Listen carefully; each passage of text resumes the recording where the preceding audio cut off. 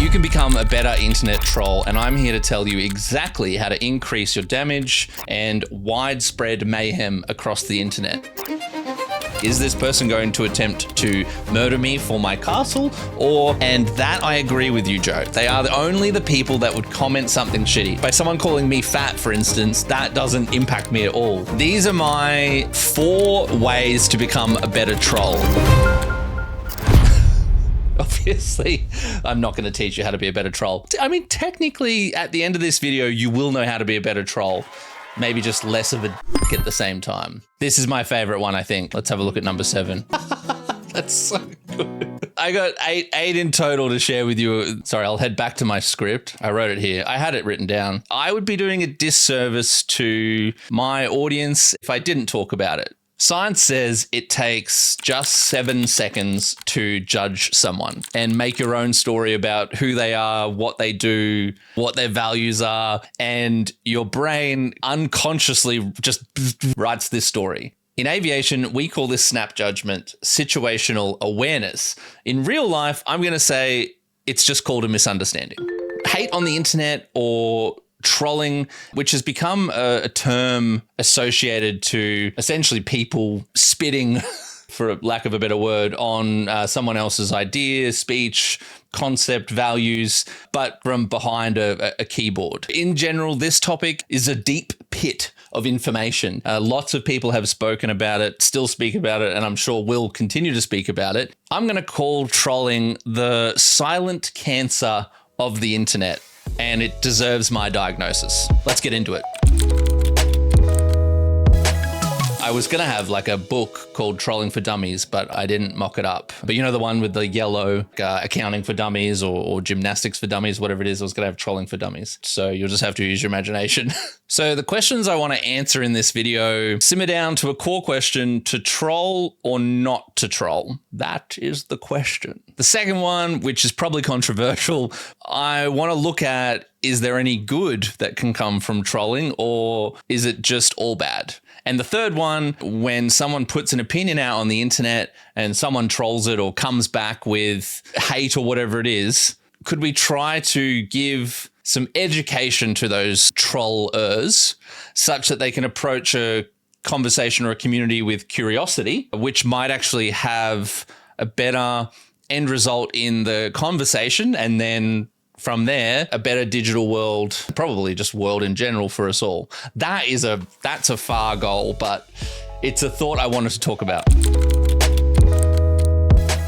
You dress too formally, you might be perceived as arrogant, or if you dress too casually, you might be seen as lazy. If you present yourself differently, a lot of the time you just end up becoming fucking weird. And I think I fall into this category. You're just fucking weird.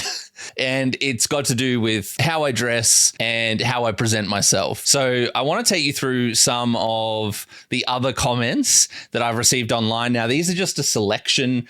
Dressed as a clown. Not too bad. Number 3, petition to have your medical and all licenses revoked if you have a man bun. Okay, so we've got a man bun hater here. Number 6, gay fat men fly airplanes too. Now that's a personal favorite of mine, because that is so interesting that this person felt it was necessary for them to make an assumption on my sexuality and then have a crack at my physique in the same statement. Okay, let's keep going. We'll look at number 5 here. This feels like my own game show. Your voice sounds like a man, but your fingers don't look like it's a man's fingers. Number 1, if I saw you wearing that shit, I wouldn't even get into the aircraft laughing my ass off. I'm not sure who was laughing with you, but let's check out number 4. See, even a man bun can do it. So I got a lot of hate here for the man bun. The final curated comment: I would not get in a plane with a bloke wearing that outfit. No way. Okay, so a quick recap. There they are. These 2 would be my favorite, I think, and they're the most interesting to me. I'm sharing this because I want to talk about it in general from my perspective, and that it's something we need to look at in a bigger perspective.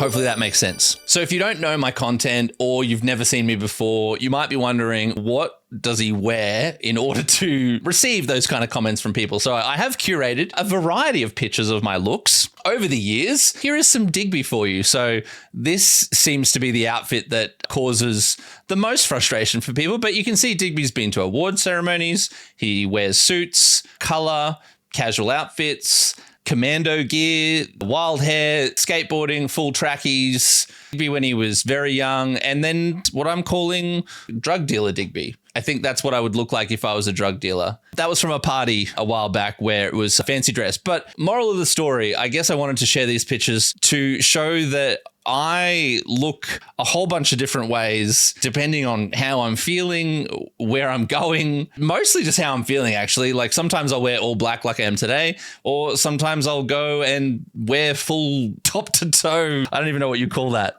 Printed art. All right, that's part one, what's been said to me and perhaps what the material that brought on those comments was. Now I want to look into why do people judge and define the difference between hate and trolling. From an evolutionary standpoint, judging was brought around from a survival mechanism way back in the day. There was tigers, there was lions, there was the Roman Empire running around with swords and spears and crazy shit. You really did have to have that judgmental radar turned right up to know very quickly, is this person going to attempt to murder me for my castle, or is this person going to be my next friend and we can conquer the hills and the land ahead? All right, I did some Googling to find out the definition of what they classify online hate as, and I'll read it out here. Online hate can be defined as hateful posts about a person or a group biased on their race, religion, ethnicity, sexual orientation, disability, or gender. If we look at the difference between hate speech and trolling, they say, trolling, on the other hand, refers to deliberately provocative or offensive online behavior with the intention of eliciting a reaction. As my Googling continued, I found it interesting because there were some people that really wanted to continue to define the difference between hate speech and trolling. And there were some people who just wanted to call it what it was and say that it's all hate speech.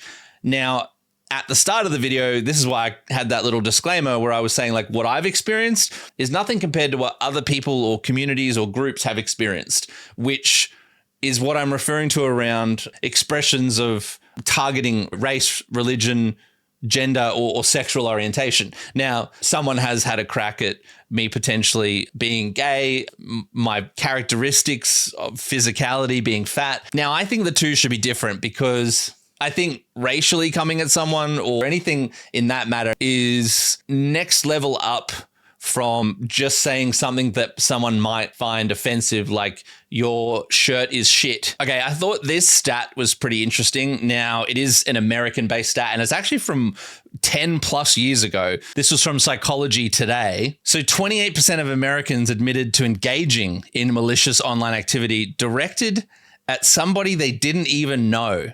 I think I find that wild. I reminisce on, like, when I graduated high school, which was in 2007, like, we were just starting to get Facebook. That was it. We'd had MySpace. Some of you probably won't even know what MySpace is, but we were just starting to use Facebook. Our phones only just really started to have, like, cameras that were half decent that you could post something or bring people along for your journey. So when I reflect, I don't think I've ever been directly malicious towards someone that I didn't even know. I think in general, even if I know them or not, but online, I guess there's that barrier between the keyboard where it's the person you don't know. I think that's a wild stat. I would confidently say that that's a bigger number now, considering the growth that social media has had since 2014 to now. Who do you have to be in order to receive online hate? It doesn't even have to be anyone of a certain level of status or fame or character. I went and cherry picked a few videos that I could find. This one is of a TED Talk where do we call a host? I don't know what we call it. The presenter is talking about her own experience with hate and online comments, but it also addresses this. At this point, I want to tell you that you don't even have to be well known or even famous to get attacked online. Who you are, how you look like, and what you stand for. All these things can be enough to get attacked. Her one was sharing an opinion.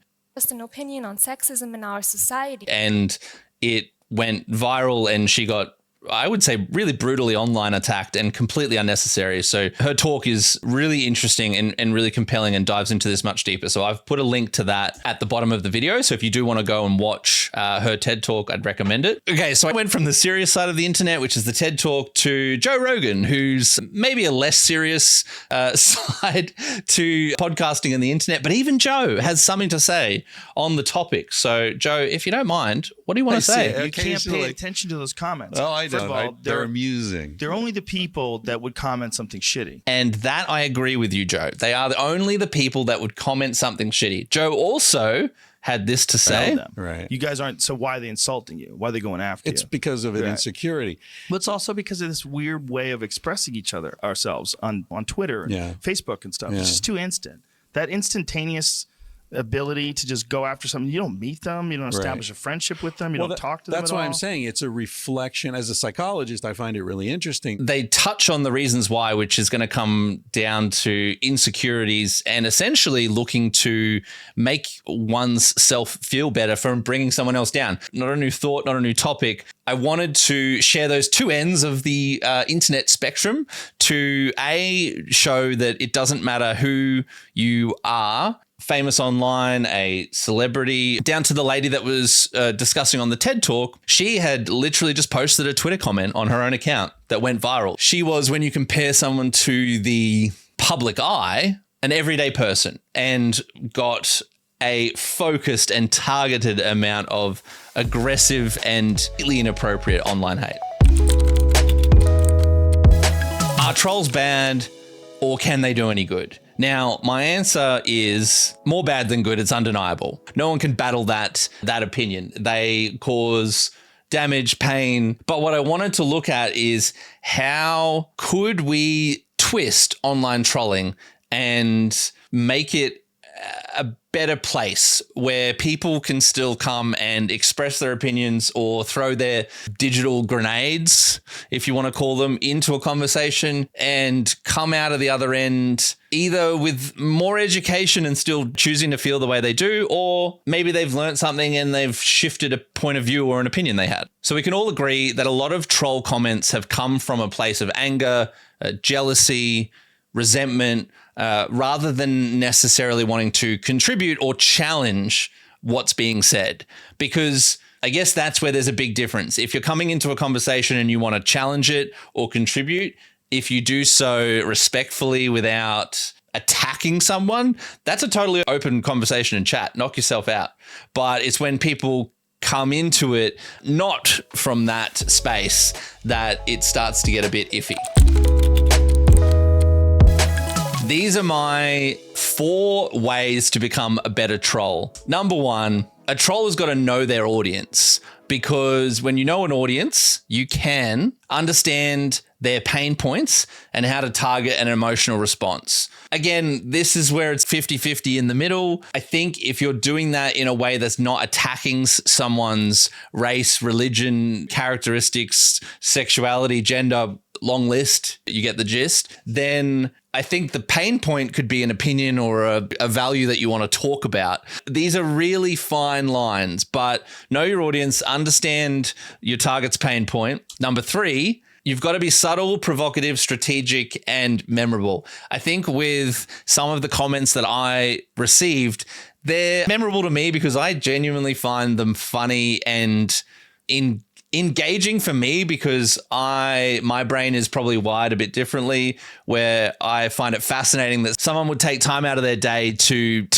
communicate those things to me. So I take them lighter than a grain of sand. But I want to say, if you're gonna throw the little digital grenade into someone's comment stream, at least think about what you're saying and say something that has thought behind it and is memorable and is strategic. Don't just be like, you're shit, because that's just fucking lazy.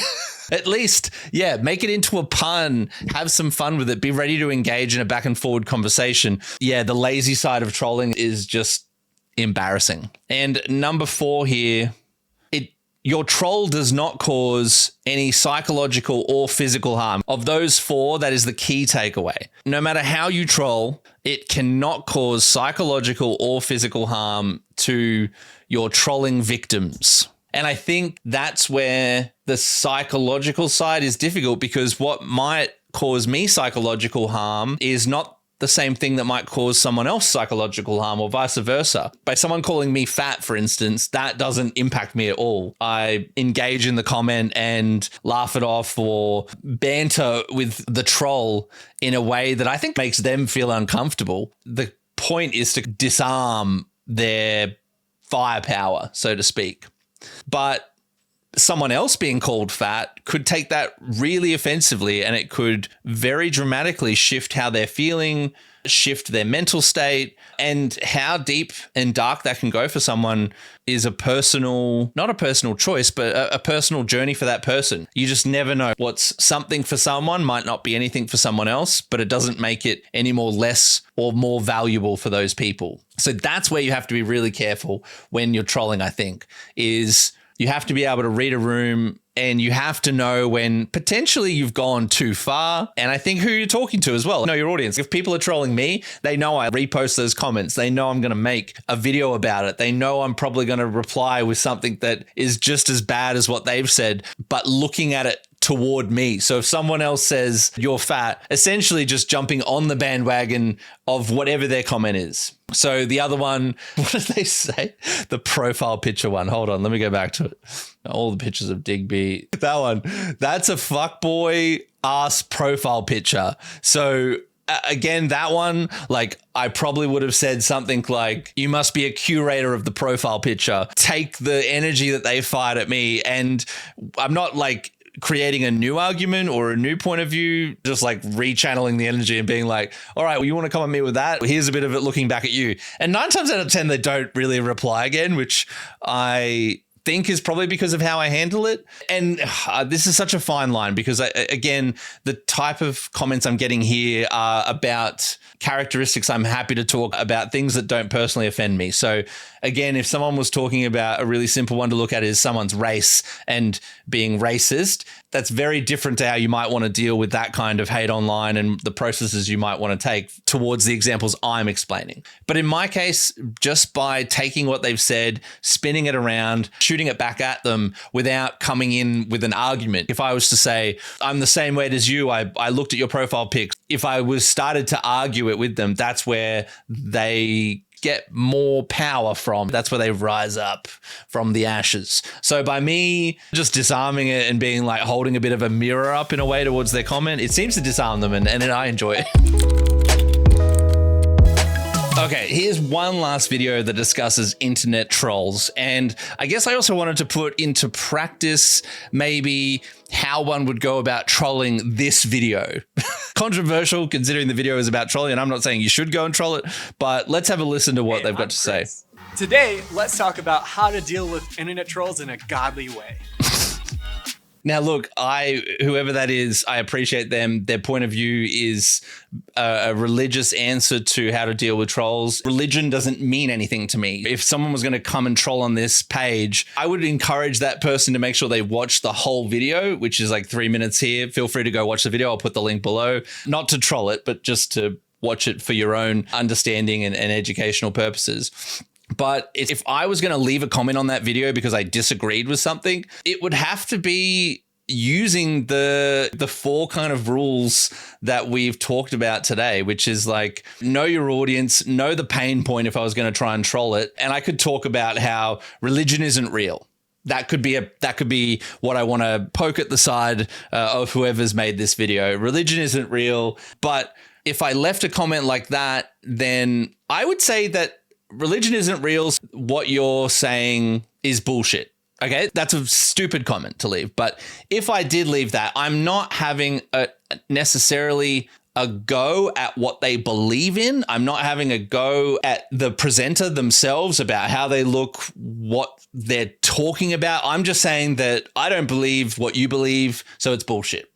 And I think that is a kind of trolling comment that doesn't go into the hate side, that might invoke an emotional response from the creator here, and hopefully maybe an argument or a discussion that would leave the commenter, the troll, with more information. Maybe they would learn something about religion. Maybe they might go back and forward for a while and be like, oh shit, maybe I've got some more stuff to look into. It's such an interesting part of this video, me talking about how you would troll someone else's video. But the key takeaway here is how you would go about leaving those comments that aren't supportive or part of the conversation that might already be happening. What do you want? What do you want? I'm almost done with the video. I got a little bit more to do though. On the couch. Up on the couch. Okay, so my final thought is, if you were to boil all of this down, what would be the number one online moral to take with you as you're leaving comments in the future or considering rocking the boat?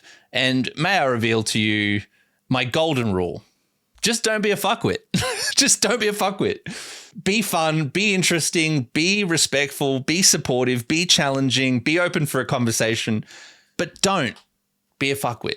That's just like literally what's broken with the internet and what's broken with how a lot of people approach conversations, comment threads, people these days. They end up doing too much of that and not enough of just being a good person. So in summary, you still may disagree at the end of the day, but as long as you've had that conversation with some mutual respect and just not being a dick, then it's probably a forwarding conversation.